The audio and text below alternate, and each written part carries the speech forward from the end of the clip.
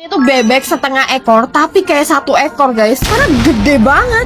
Masih jadi misteri kenapa bebek betutu di Bali itu bebeknya gede-gede banget ya. Teksturnya seempuk ini. Wah, laloba oase rasa sekarang udah ada di Bali guys tuh. Bangunannya bagus banget ya. Mereka tuh asli Bandung dan sekarang udah buka di Bali. Yang di Bali tempatnya lebih estetik. Di sini juga ada ruang VIP-nya guys. Dan pastinya ada toilet dan musola yang bersih. Saking luasnya mereka tuh sampai punya playground anak-anak yang gede banget. Puas deh bocil-bocil main di sini. Orang tuanya bisa makan dengan tenang.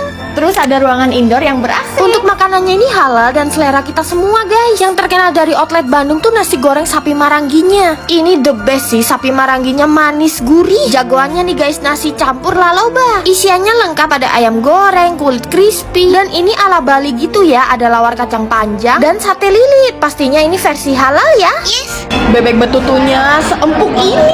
Paling juara tuh ya bebek betutunya ini nih guys. Bumbunya otentik, mantep banget. Selain menu Indonesia yang medok, di sini juga ada menu fusion. Sehat nih guys, Thai beef salad. Mimin juga pesen tahu gejrot mereka. Manis, seger, enak banget. Dan bakwan jagungnya ini gede-gede dan keras banget guys.